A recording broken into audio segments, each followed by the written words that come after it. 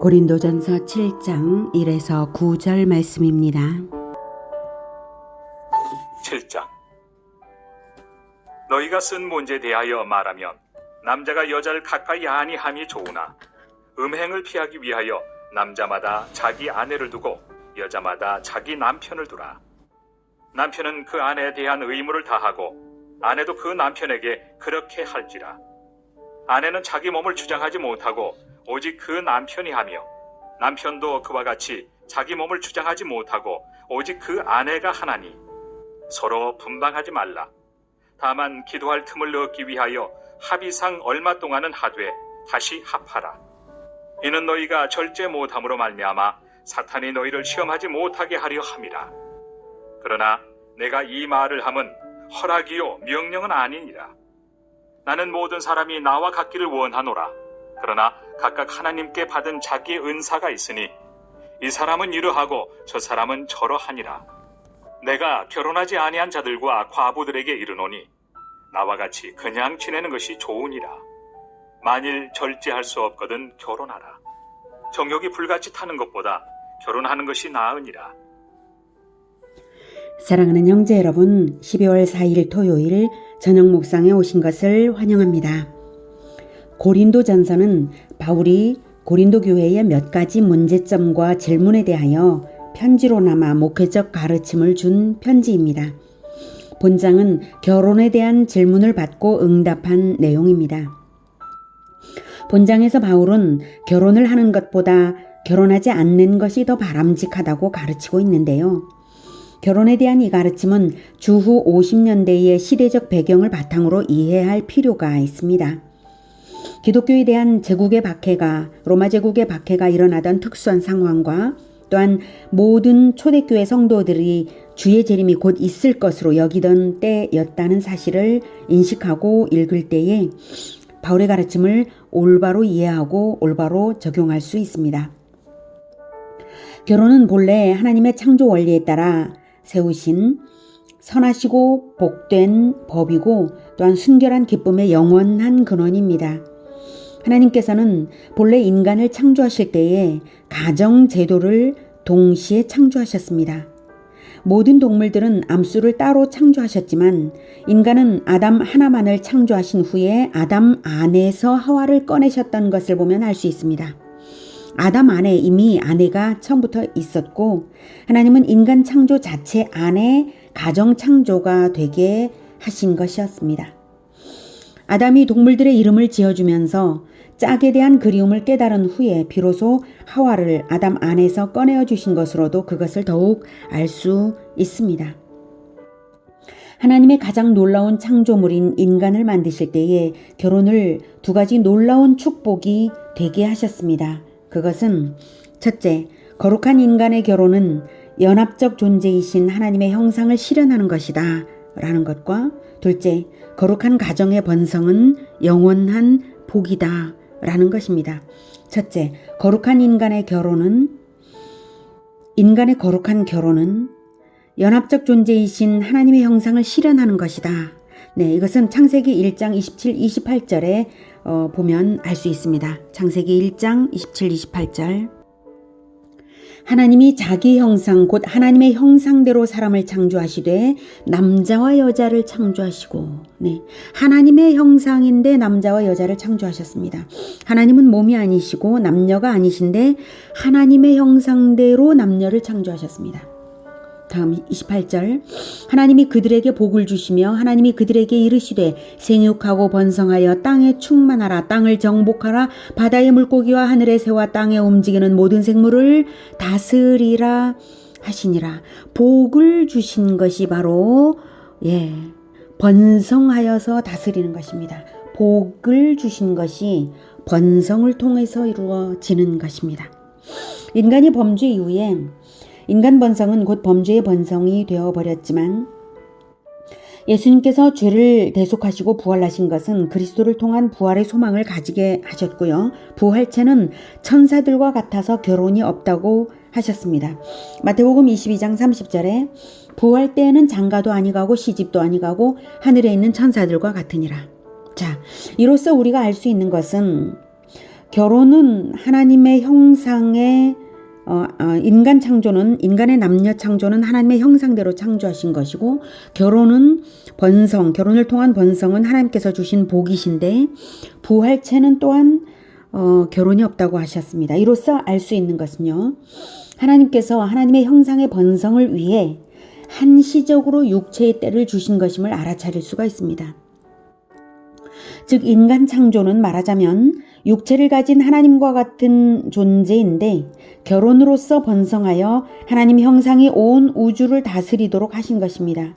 그것을 마귀는 범죄로 도전하여서 타락으로 끌어내렸지만 하나님의 아들 예수 그리스도의 대속과 부활로서 거룩해지는 하나님의 자녀들은 다시 결혼과 복음을 통한 거룩한 번성의 복을 누릴 수 있으며 그렇게 번성한 후손들은 영원한 가족이 되는 것입니다.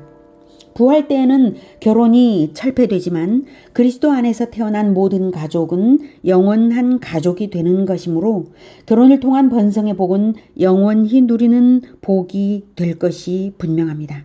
물론 결혼만이 복인 것은 아닙니다.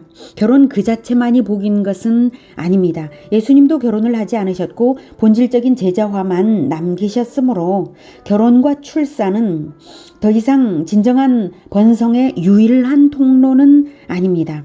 복음과 제자화로서 제자의 대를 이어가는 것이 영원한 생명책의 계보를 이루는 진정한 번성입니다. 그리고 결혼은 그리스도를 믿을 때에 진정한 번성의 통로로서 여전히 강력하게 유효합니다.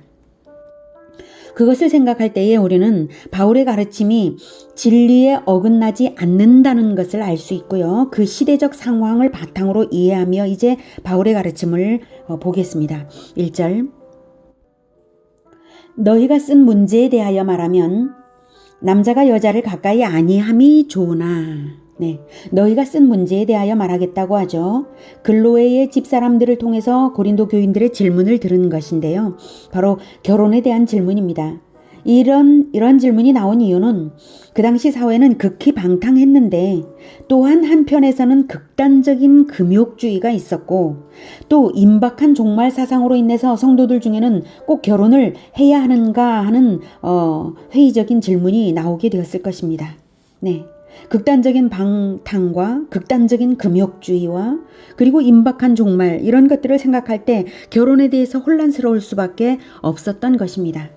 이에 대하여 우선 바울은 남자가 여자를 가까이 아니함이 좋으나 라고 즉 결혼을 하지 않는 것이 좋다고 개인적으로 생각하지만 일반적인 가르침을 주겠다는 것이 2절 이하의 내용입니다. 2절부터 음행을 피하기 위하여 남자마다 자기 아내를 두고 여자마다 자기 남편을 두라. 남편은 그 아내에 대한 의무를 다하고 아내도 그 남편에게 그렇게 할지라. 아내는 자기 몸을 주장하지 못하고 오직 그 남편이 하며 남편도 그와 같이 자기 몸을 주장하지 못하고 오직 그 아내가 하나니 서로 분방하지 말라. 다만 기도할 틈을 얻기 위하여 합의상 얼마 동안은 하되 다시 합하라. 이는 너희가 절제 못함으로 말미암아 사탄이 너희를 시험하지 못하게 하려 함이라. 그러나 내가 이 말을 함은 허락이요 명령은 아니니라. 무엇을 알 수 있습니까? 첫째, 독신의 은사는 일반적인 것은 아니라는 사실입니다. 둘째, 성적인 접촉이 합당한 것은 오직 결혼 안에서만 그렇습니다. 셋째, 결혼은 성관계에 있어서 상대에게 의무를 가지는 것입니다. 성관계는 상대에 대한 의무입니다. 넷째, 결혼한 부부는 무리한 성욕의 절제로 인한 사탄의 시험을 받을 필요가 없습니다. 그리고 결혼이든 독신이든 명령하는 것은 아니며 다만 그리스도 안에서 거룩하게 복된 것이 되어야 하겠습니다. 7절 나는 모든 사람이 나와 같기를 원하노라. 그러나 각각 하나님께 받은 자기의 은사가 있으니 이 사람은 이러하고 저 사람은 저러하니라. 사람마다 받은 은사가 다르므로 각자에게 주신 은사와 소명을 따르면 되는 것입니다. 8절 내가 결혼하지 아니한 자들과 과부들에게 이르노니 나와 같이 그냥 지내는 것이 좋으니라. 만일 절제할 수 없거든 결혼하라. 정욕이 불타는 불같이 타는 것보다 결혼하는 것이 나으니라. 바울에게는 결혼하지 않는 것이 최선일지라도 받은 은사와 소명이 있어서 그런 것이고요. 일반적으로는 정욕이 불같이 타는데도 굳이 결혼을 안 하고 시험당할 이유는 없는 것입니다. 바울은 결혼하지 않고 살면서도 방대한 지역에 복음화를 하고 교회를 개척하고 제자의 번성을 이루었으니까 그 또한 크나큰 번성의 복입니다. 그만하면 결혼을 안 할 만도 하죠. 그리스도 안에서 거룩한 결혼과 제자와의 복된 번성, 이것이 우리 모두에게 있기를 바랍니다. 영원한 복락을 누리는 것이 결혼을 통해서든 결혼이 없는 제자와를 통해서든 우리 모두가 영원한 복락, 영원한 복된 번성으로 인한 영원한 복락, 그것만큼은 꼭 있기를 축복합니다. 기도하겠습니다. 하나님, 우리에게 참으로 하나님의 형상인 연합의 형상, 결혼을 통하여 뜨거운 사랑의 연합을 통하여 하나님의 형상을 완성하는 결혼을 주셔서 감사합니다. 또한 결혼을 하지 아니할지라도 예수 그리스도를 따라서 제자화를 통하여 영원한 번성을 할 수 있도록 복음화 제자화의 사명을 또한 주신 것을 감사합니다. 하나님, 우리가 결혼을 할지라도 복음화 제자화가 우리의 가정을 통하여 영원히 이루어지게 하여서 복된 결혼이 되고 복된 제자화가 되게 하여 주시고, 결혼을 안 할지라도 거룩한 삶을 통하여 복음화 제자화가 거룩함 속에서 영원히 이루어지는 그러한 복된 인생들 되도록 주님 도와 주시옵소서. 결혼이 많이 오염되고 또한 가정들이 많이 깨뜨려지기도 하고 또 많은 청년들이 결혼을 기피하기도 하고, 그리고 세상이 많이 성적으로 혼탁해져서 안타까운 이러한 시대를 우리가 살아가고 있습니다. 하나님, 결혼에 대한 건강하고 올바른 관점과 또한 복음화 제자화에 대한 비전을 분명히 가져서 예수 그리스도 안에서 복된 그리고 번성하는 우리 모두가 되게 주님 성령으로 충만하게 하여서 인도하여 주시옵소서. 예수님의 이름으로 기도드립니다. 아멘. 이어지는 시간은 개인 기도 시간입니다.